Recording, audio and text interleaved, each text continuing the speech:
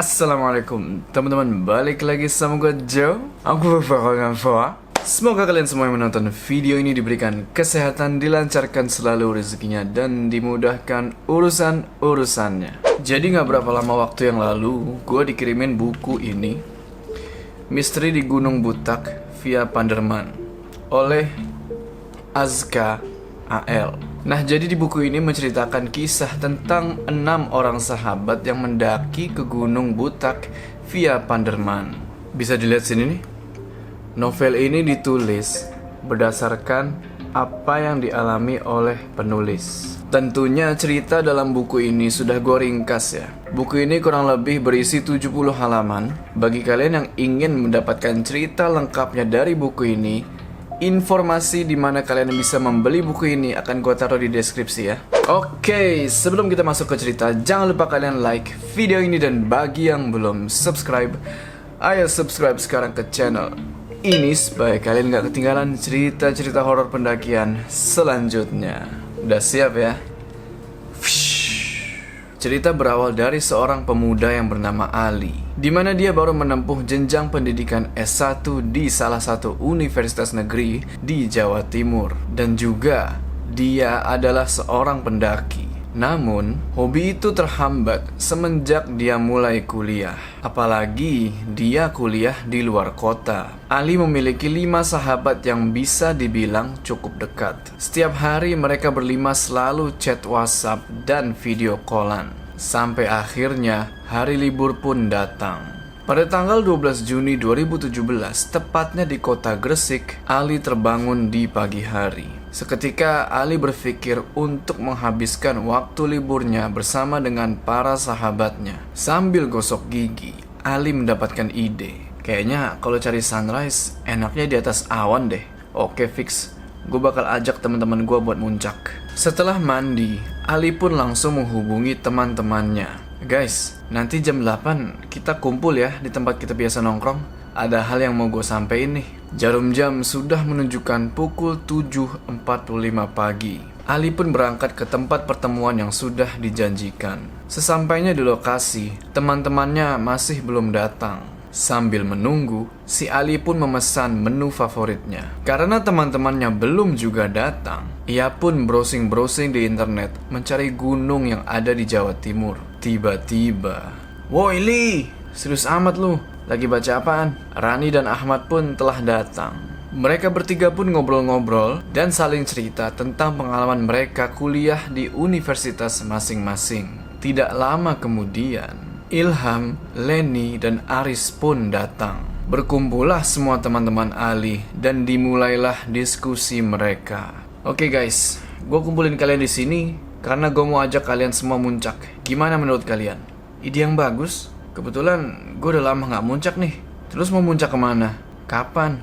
Dan butuh biaya berapa? Setelah melakukan diskusi, akhirnya diputuskanlah kalau mereka akan mendaki ke Gunung Butak via Panderman. Tanpa wawasan dan pengetahuan tentang gunung tersebut, mereka memberanikan diri. Hanya mengandalkan informasi dari Google, mereka tidak sadar kalau trek Gunung Butak tidak semudah trek di gunung-gunung yang mereka pernah taklukkan.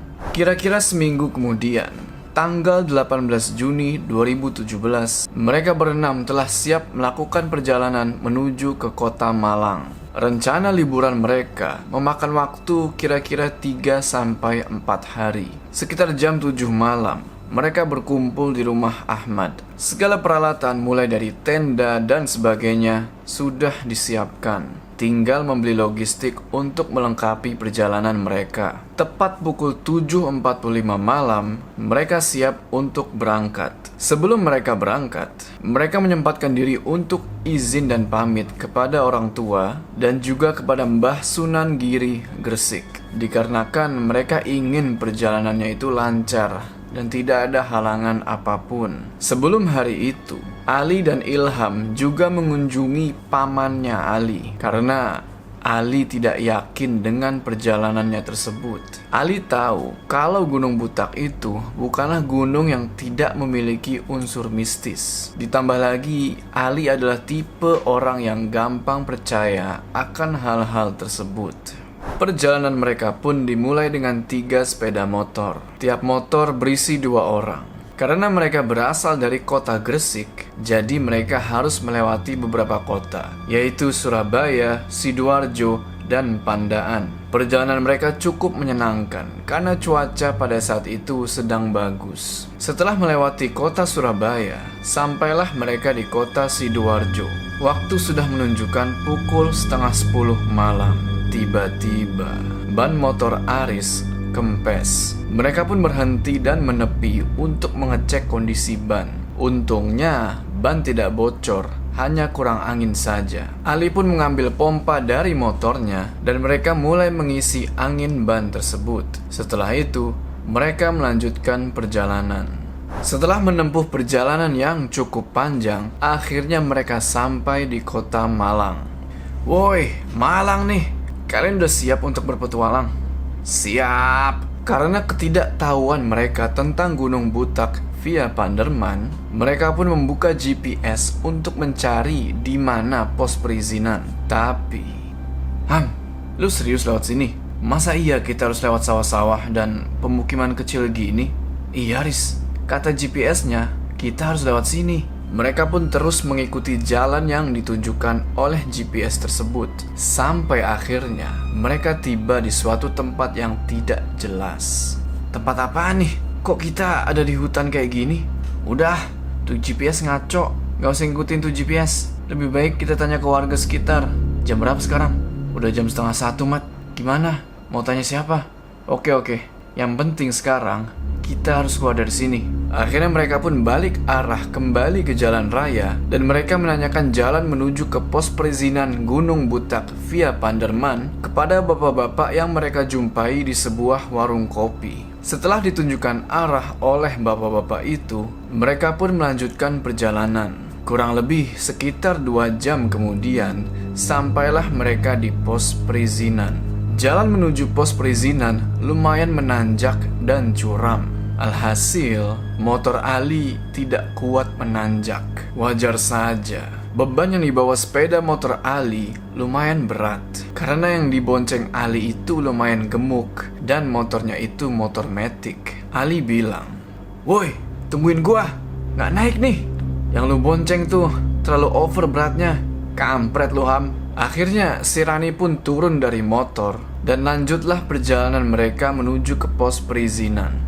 Sesampainya mereka di pos perizinan, mereka pun beristirahat sebentar sambil menunggu waktu subuh. Saat itu waktu menunjukkan jam 3:30 pagi. Lumayan lama, karena mereka sempat disesatkan oleh GPS tadi. Setelah sholat subuh, tepatnya pukul 4:25 pagi, mereka pun mulai bersiap untuk melakukan pendakian yang katanya akan menyenangkan. Sebelum berangkat, mereka berdoa agar tidak ada hal yang menghambat selama mereka melakukan pendakian. Dengan cuaca yang mendukung dan kabut yang masih menyelimuti mereka, mereka pun melangkahkan kaki sambil mengucapkan bismillah.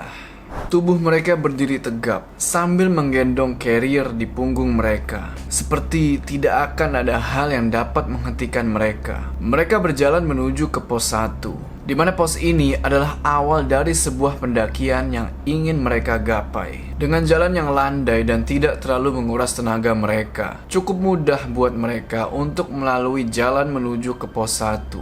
Perjalanan mereka masih baik-baik saja, sampai akhirnya mereka bertemu dengan jalan yang bercabang, di mana salah satu jalurnya menuju ke Panderman dan juga ada papan yang bertuliskan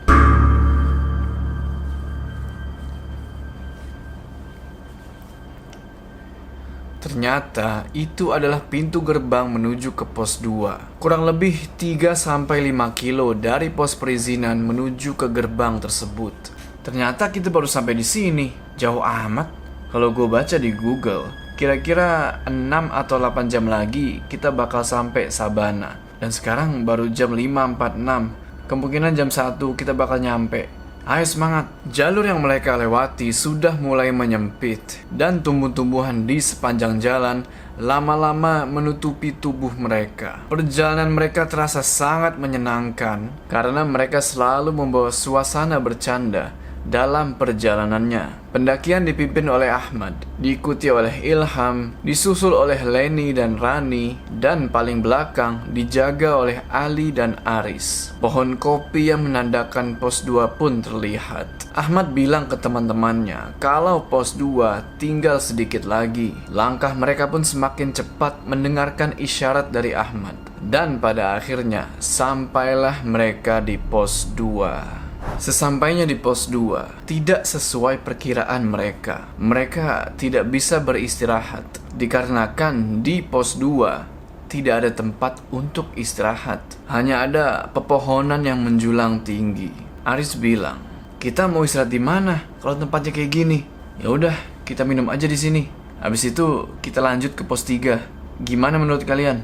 "Oke lah kalau gitu, daripada kita kelamaan di sini." Semua teman-teman Ali setuju dan mereka melanjutkan perjalanan ke pos 3. Kurang lebih mereka istirahat di pos 2 itu selama 10 menit sambil berdiri. Oh iya, di pendakian ini hanya Leni dan Aris yang belum pernah mendaki. Wajar saja kalau mereka berdua tidak kuat dan susah mengatur nafas saat melakukan pendakian. Gunung dengan ketinggian 2000 mdpl ke atas akan lumayan menantang untuk para pemula seperti mereka.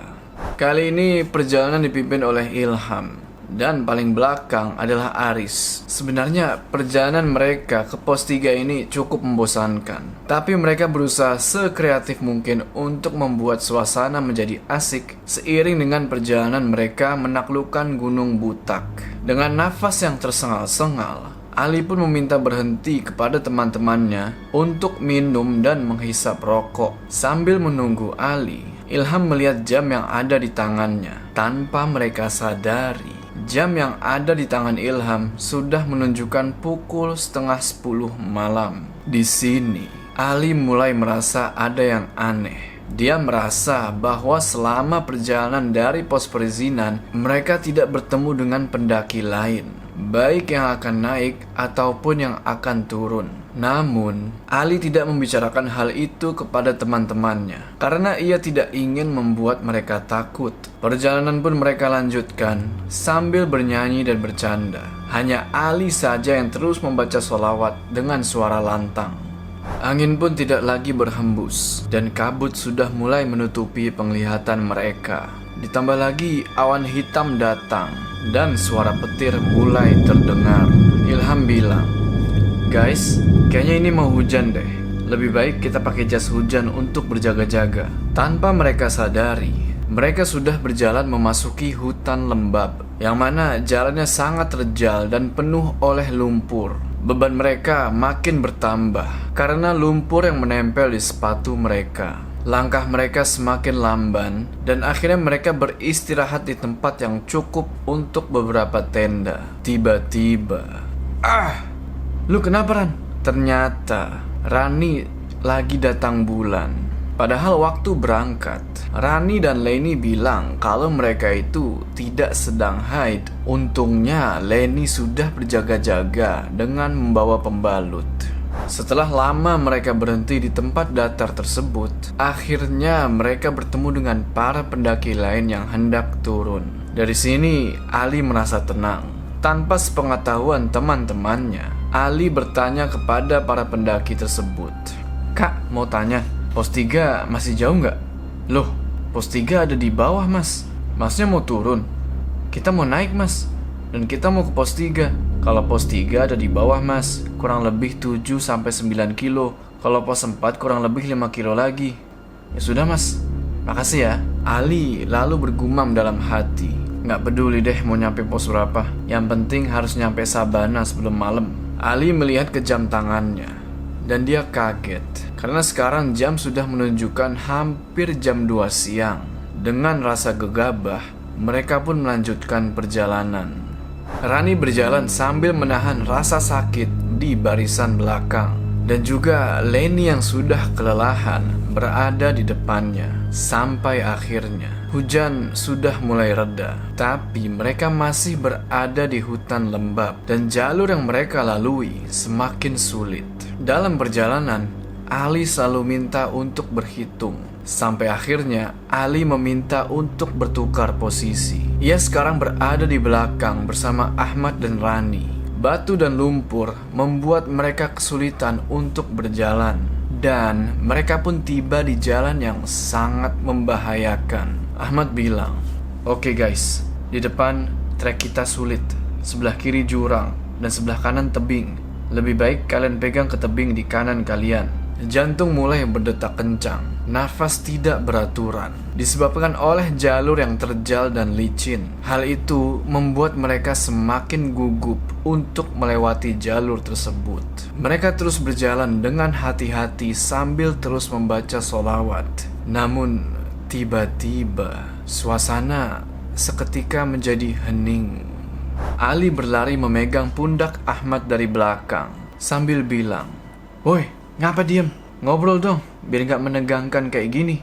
"Iya, ada yang aneh di sini." Ahmad menoleh sambil bilang iya dengan nada yang dingin. Ali pun berpikir keras, ada apa? Ia lalu mengingat pesan dari pamannya, yaitu jangan cerita apapun ketika masih berada di atas gunung. Maksudnya jangan cerita yang mistis-mistis. Nanti di part selanjutnya akan dijelaskan apa yang sebenarnya terjadi di sini. Perjalanan pun berlanjut. Namun, Rani kembali merasa kesakitan karena datang bulan. Ditambah Leni yang sudah merasa sangat lelah. Setiap beberapa meter mereka istirahat agar Rani dan Leni bisa memulihkan tenaga untuk melanjutkan perjalanan. Karena jika melihat kondisi mereka berdua, justru malah berakibat fatal jika diteruskan. Firasat Ali terus menghantui perjalanannya. Sampai akhirnya Ali bilang, "Guys, kalau kita sedikit-sedikit berhenti, kita bakal malam nih nyampe Sabana. Apa kalian mau malam di jalan? Logistik juga gak bakal cukup kalau harus lama di sini. Lu jangan egois dong. Temen lu lagi kesakitan. Apa lu mau temen-temen lu mati? Sudah-sudah. Sekarang kita gak boleh saling menyalahkan kayak gini.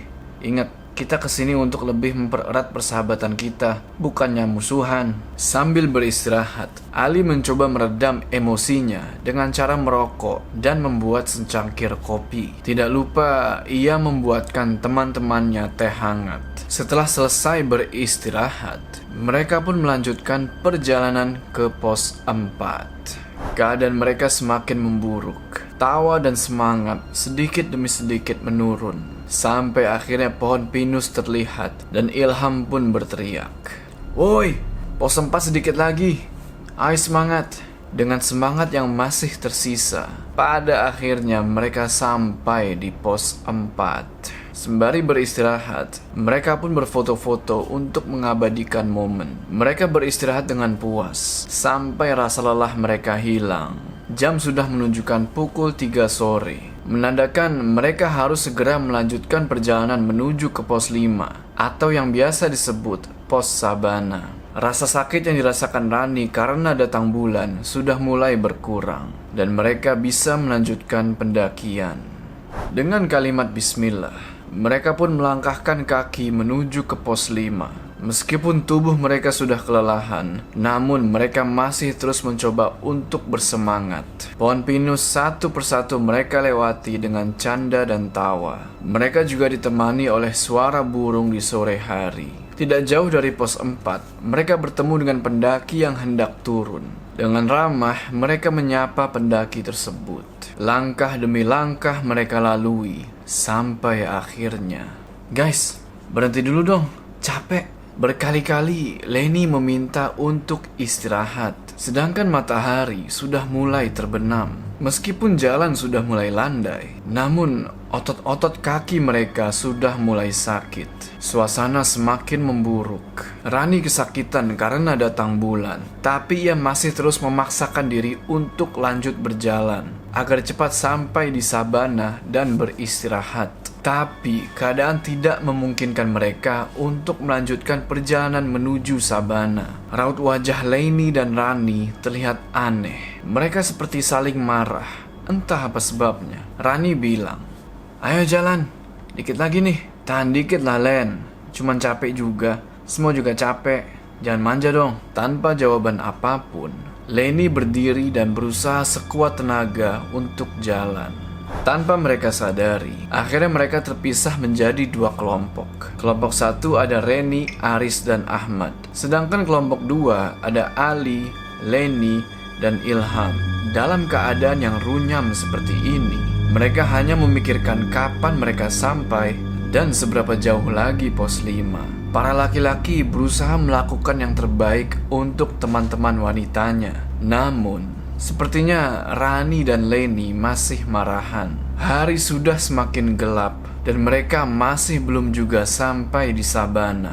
Mereka terus berjalan sedikit demi sedikit sambil berpikir, jangan sampai gelap menutupi penglihatan kita. Ali terus membaca sholawat, namun kekhawatirannya tidak kunjung hilang. Sampai akhirnya mereka tiba di jalan setapak yang menandakan kalau sebentar lagi akan sampai di sabana. Semangat mereka pun kembali. Jalan setapak perlahan-lahan mereka lewati, dan disambutlah mereka dengan bunga-bunga Edelweiss.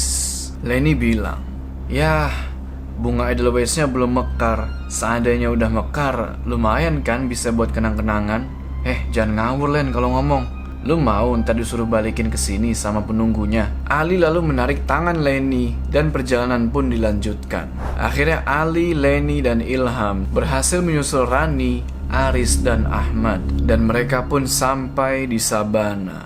Mereka pun mendirikan tenda dan menyiapkan makanan. Setelah itu mereka sholat maghrib. Sambil menunggu Isya, mereka pun ngobrol-ngobrol sambil menikmati kopi. Setelah sholat Isya, mereka pun kembali berkumpul untuk makan dan merencanakan untuk perjalanan menuju puncak saat pagi hari. Oh iya, besok siapa aja yang mau ke puncak? Semuanya lah, nanggung udah sampai sini. Oke, kalau gitu besok jam 3 kita bangun buat siap-siap ke puncak. Habis sholat subuh kita langsung berangkat.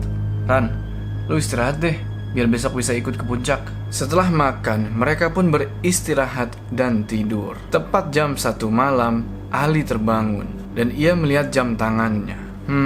Masih jam segini. Akhirnya Ali beranjak keluar tenda dan membuat segelas kopi untuk menemaninya. Sambil duduk santai, ia berpikir keras. Apa yang membuat ia khawatir dan resah selama perjalanan? Tapi semakin ia berpikir, semakin resah pula perasaannya.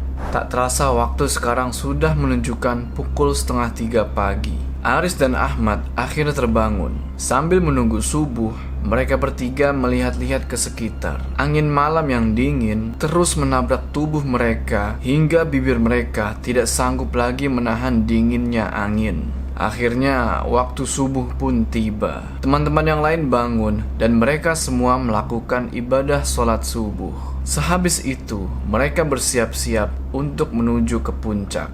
Mereka membawa perbekalan yang tidak terlalu banyak untuk mempermudah perjalanan mereka menuju ke puncak.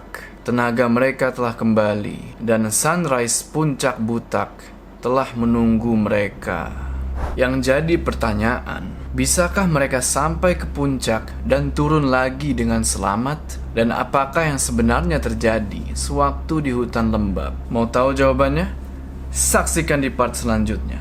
Jangan lupa like video ini dan bagi yang belum subscribe, ayo subscribe sekarang ke channel ini supaya kalian gak ketinggalan kelanjutan dari cerita ini. Gua Jos, sampai ketemu di part selanjutnya.